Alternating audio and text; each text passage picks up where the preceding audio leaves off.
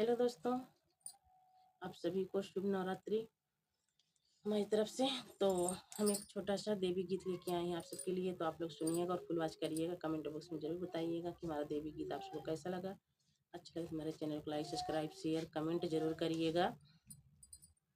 बलम हमके ले अइहा चुनरी गोटेदार हो, बलम हमके चुनरी ले अइहा गोटेदार हो, बलम हमके चुनरी ले अइहा गोटेदार हो। जाई के बजारिया से नारियल ले अइहा हो, जाई के बजारिया से नारियल ले अइहा हो।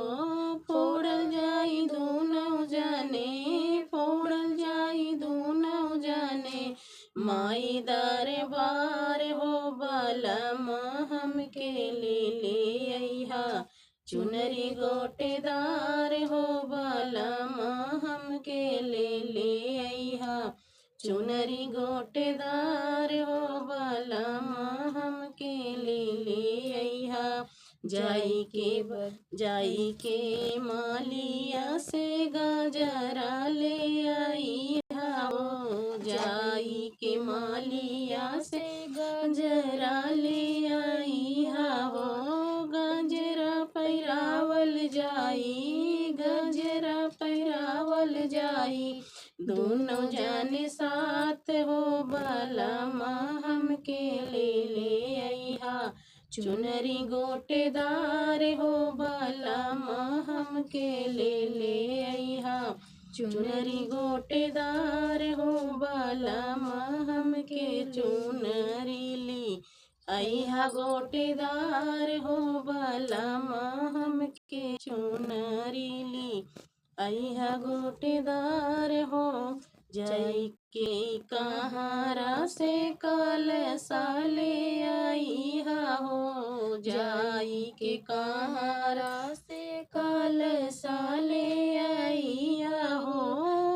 दोनों जाने भरल जाई, दोनों जाने भरल जाई, माई दरबार हो, बलम हमके ले अइहा चुनरी गोटेदार हो, बलम हमके ले अइहा चुनरी गोटेदार हो, बलम हमके ले अइहा।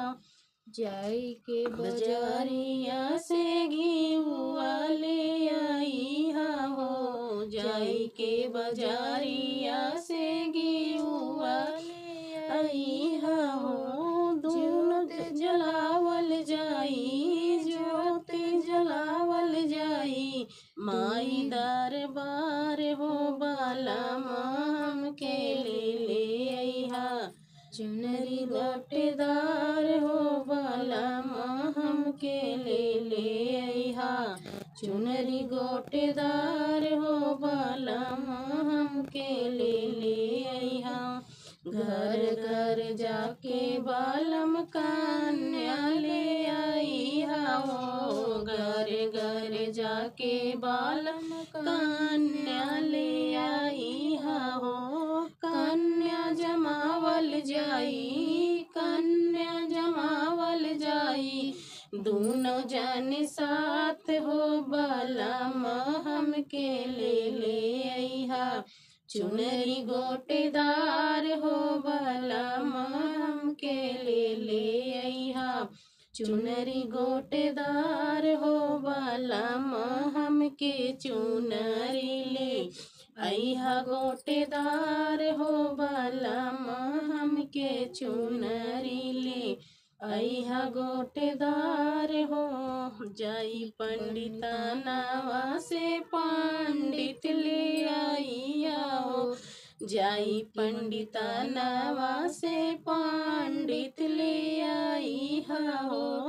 हवन करावल जाई, हवन करावल जाई, सब जन साथ हो, बलम हमके ले अइहा चुनरी गोटेदार हो, बलम हमके ले अइहा।